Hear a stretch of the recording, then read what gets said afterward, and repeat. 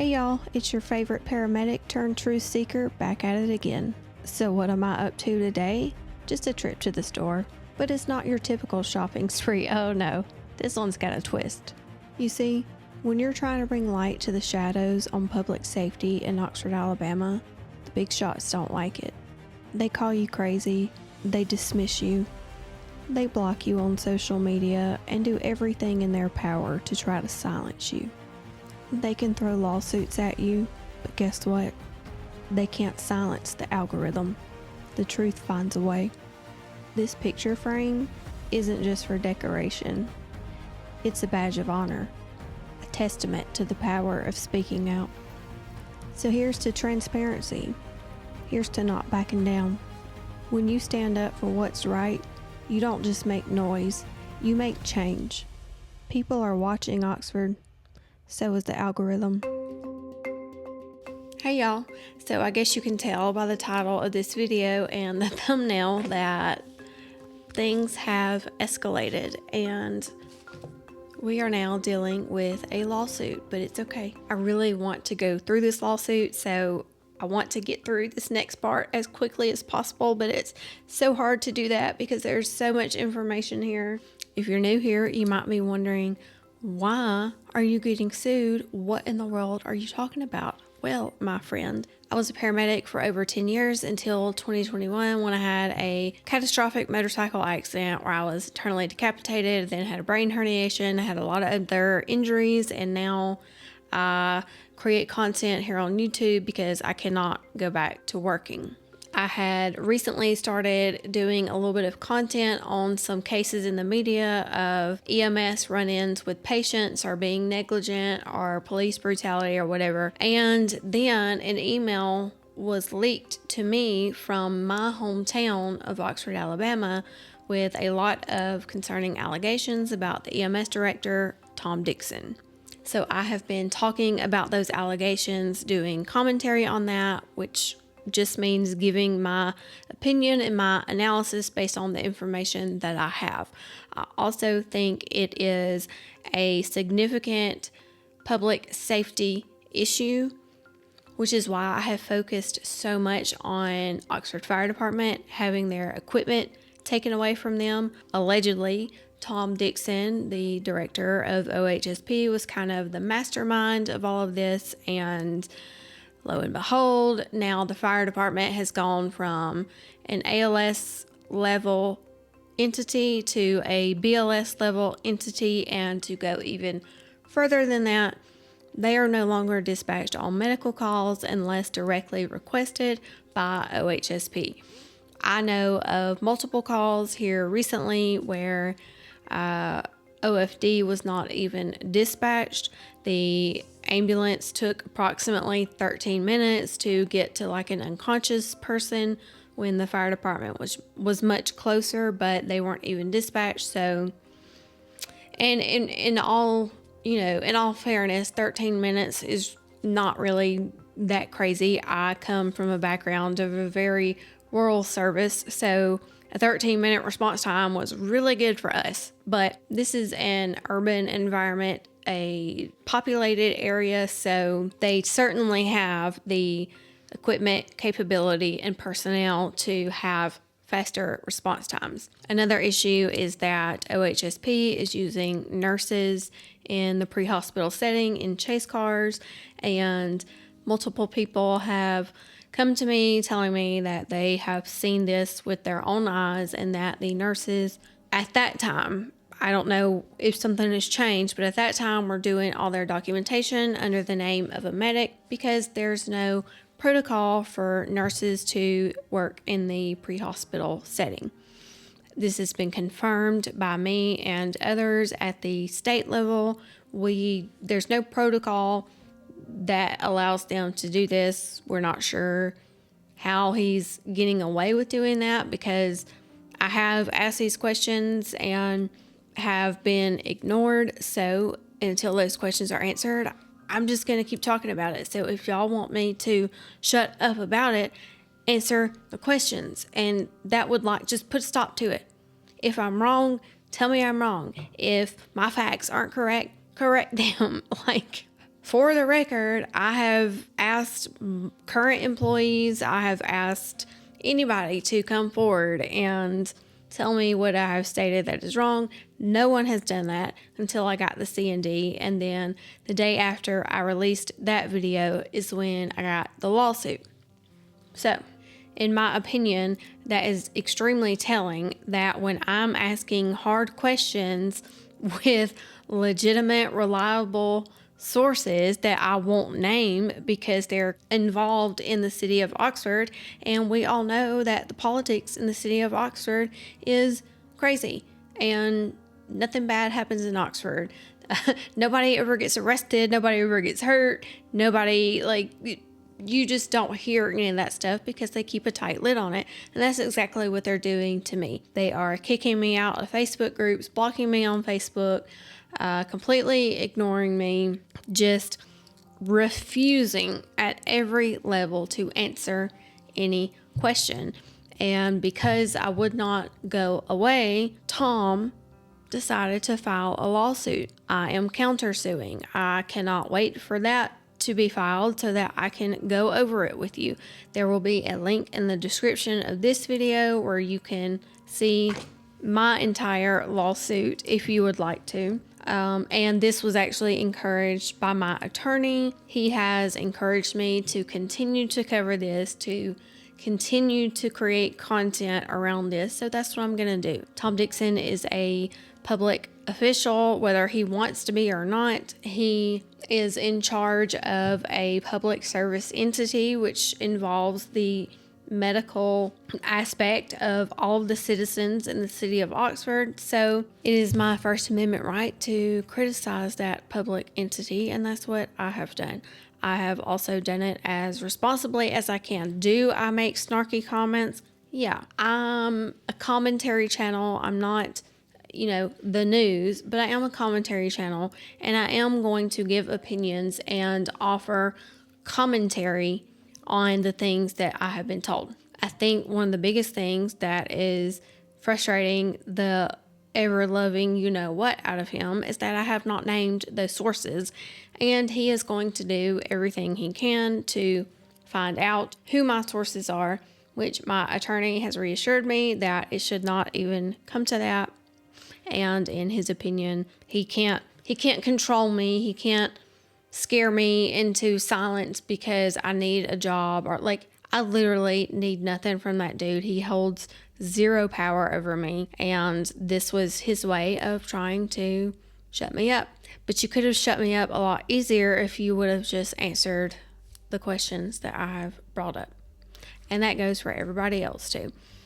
So before we get into the lawsuit, I would just like to remind everybody what some of these allegations are, and that is inappropriately speaking about employees and their sex lives, their physical attributes, including female anatomy, talking about the sex lives of employees with other employees, using the R word to describe the Sun's mayor, repeatedly saying that he wishes that Gary Sparks, the chief of Oxford Fire Department, is a fat dumbass fuck and that he hopes he dies.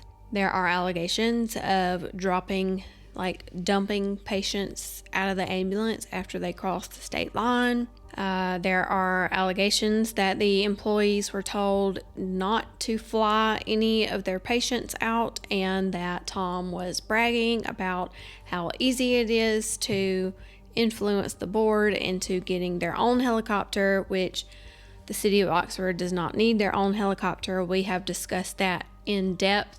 The first and second video that I did, so go back and watch those if you want to hear more of that.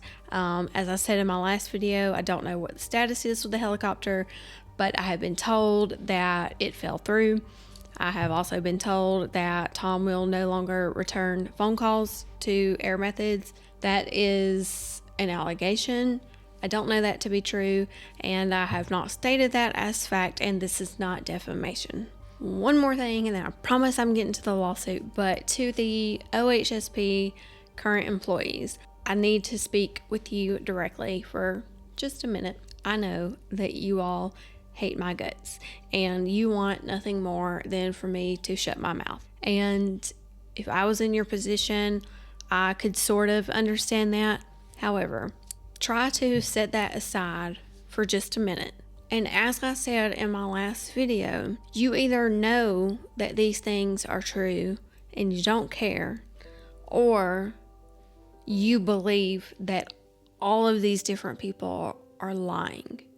I don't see a third option. If there's a third option, I am open to hearing that from you. I also, again, speaking to you directly and without just blatantly calling out names, which I'm not going to do, but I just want you to be careful, because some of you that work there currently are possibly not as safe as you might think, and you specifically by name have been talked about by Tom, heard by multiple other people about some very inappropriate things. Okay? I'm not making that up. Just be careful. Just be careful. I know you're really not gonna take anything I have to say to heart, but nevertheless, I just cannot be quiet about this. Okay, let's look at this lawsuit. By the way, just so y'all know, Tom and your lawyer, my P.O. Box is P.O. Box 523 in Heflin. P.O. Box 423 is my husband's. I obviously got it, but if you would like to send it just to me, my box is P.O. Box 523 in Heflin, same zip code. So, under parties, I am listed as a defendant, and also listed as defendants are individuals or entities, the identities of which remain unknown, but who or which will be named by amendment when their true identities are ascertained. Again, my attorney has reassured me that that should not even be an issue. In fact, when I met with my attorney, he didn't ask for one identity of any of my sources. Part of me wonders, curious, if you will, if all of this is just an attempt to get me to name my sources so that he can retaliate. Don't know if that's the plan, but based on his pattern of behavior, I highly suspect that that might be the whole point of all of this, because surely he has to understand that I have a First Amendment right to criticize a public entity and its leader.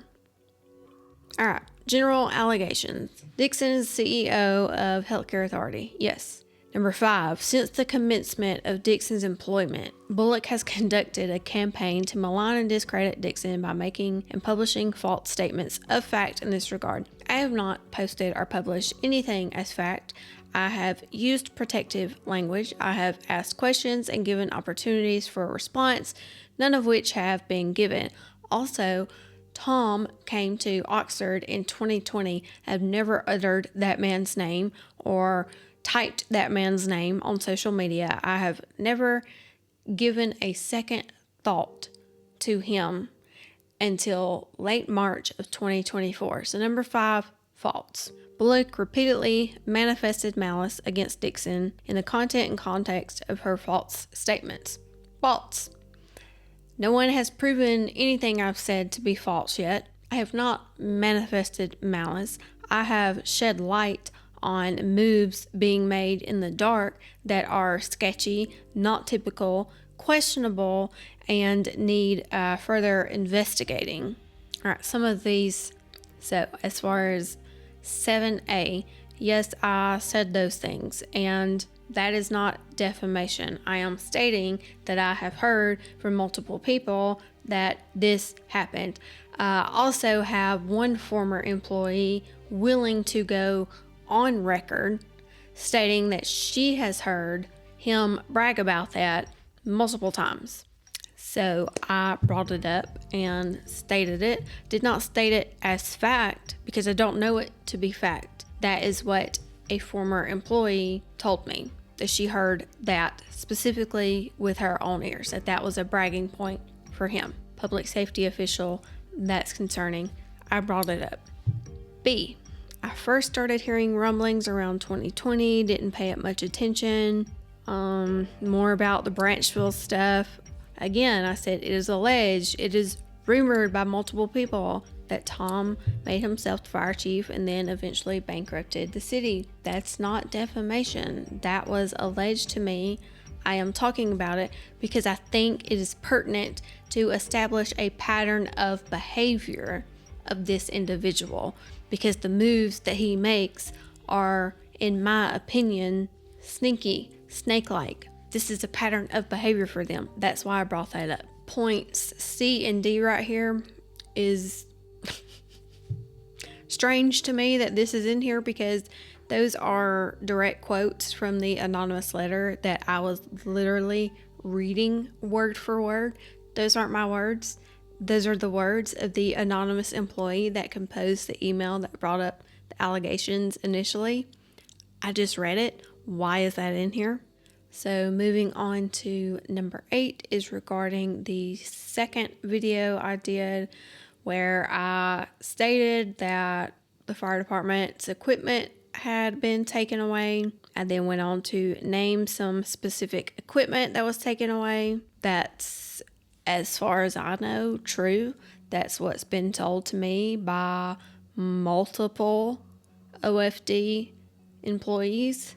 So I am relaying their information, again, shedding light on this, because this happened a while back and nobody knew about it, because I don't know specifically what they've been told or threatened with, but I do know that they have been told to be quiet.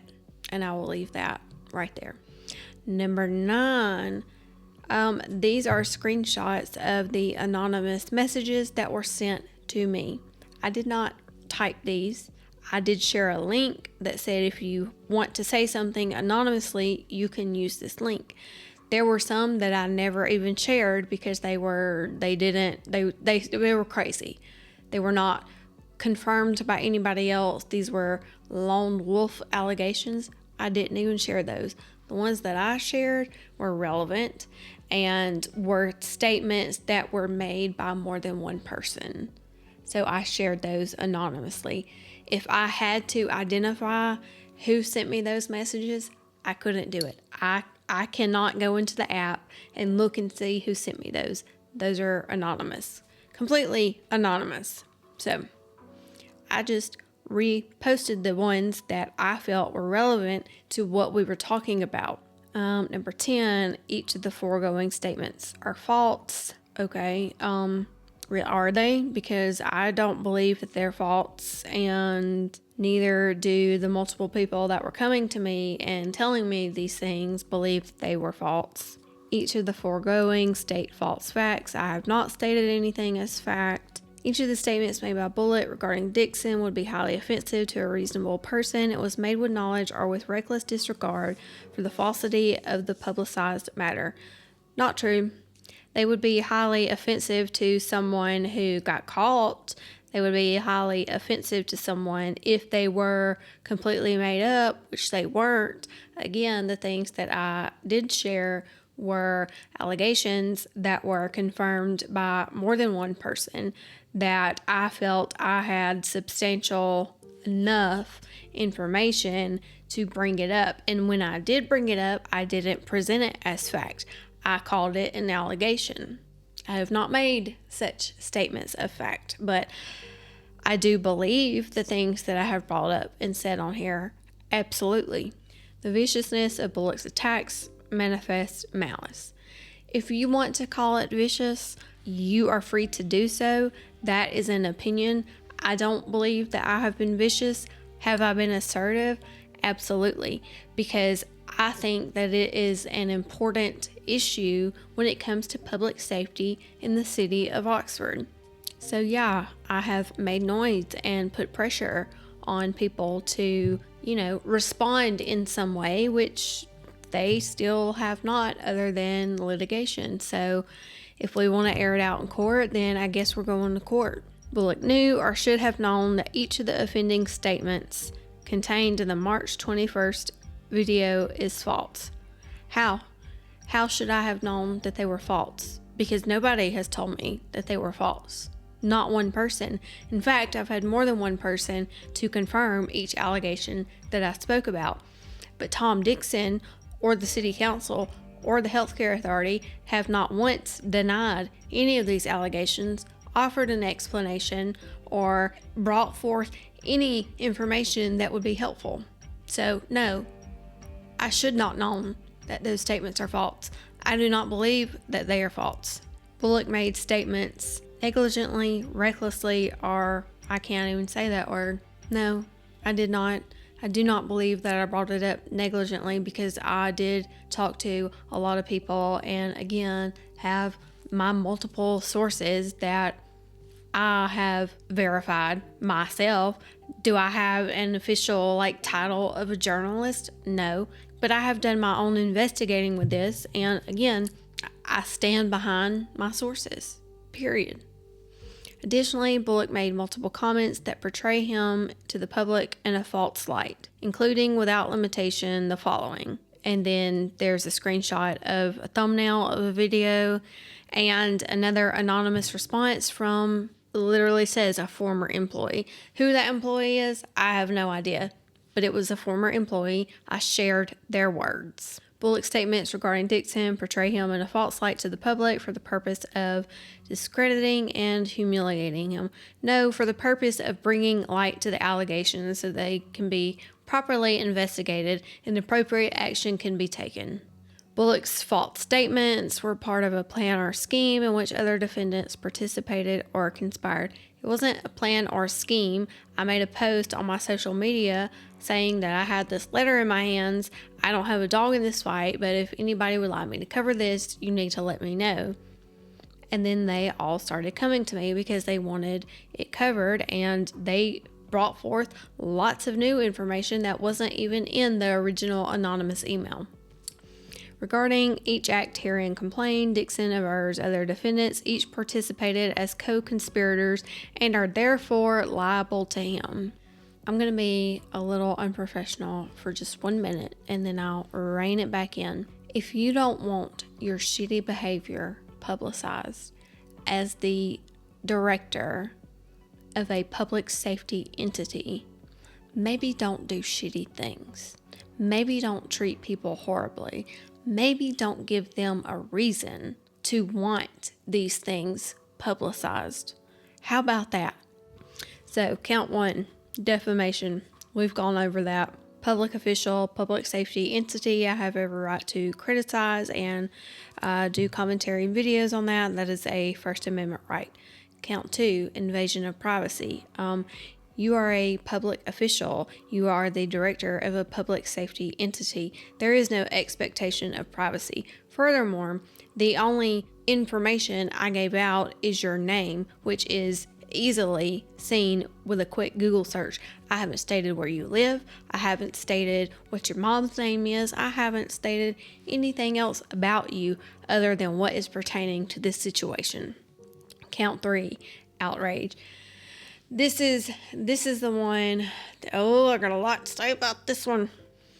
Bullock and other defendants' conduct was so outrageous in character and so extreme in degree to go beyond all possible bounds of decency and to be regarded as atrocious and utterly intolerable in a civilized society. My behavior is a problem, but calling the mayor's son a fucking retard with a head injury is not a problem. Talking about the OFD chief, how he's a fat fucking whatever that you hope he dies, that is not tolerable in a civilized society, or should not be. 26. This is the one. This is the one. This is the one. Bullock and other defendants' conduct intentionally or recklessly caused Dixon emotional distress so severe that no reasonable person could be expected to endure it.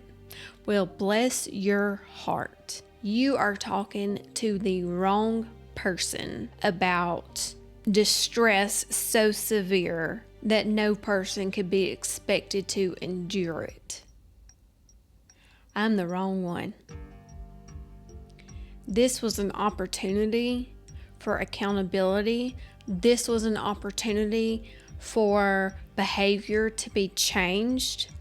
This is intentional infliction of emotional distress, because he doesn't like what's being said. He doesn't like that things are coming to light. He doesn't like that he can't control me. So this was intentional infliction of emotional distress. However, as I said in my last video, after the hell that I have been through in the past 2.5 years, I don't scare easily. I am the wrong person to be accused of inflicting so much emotional distress that no person could be expected to endure it. I'm going to leave that right there. And so the last of the pages are just page after page of a transcript of my first 2 videos. I had no reason to go through all of that, but again, I will have that link in the description so that you can go read through it if you would like to.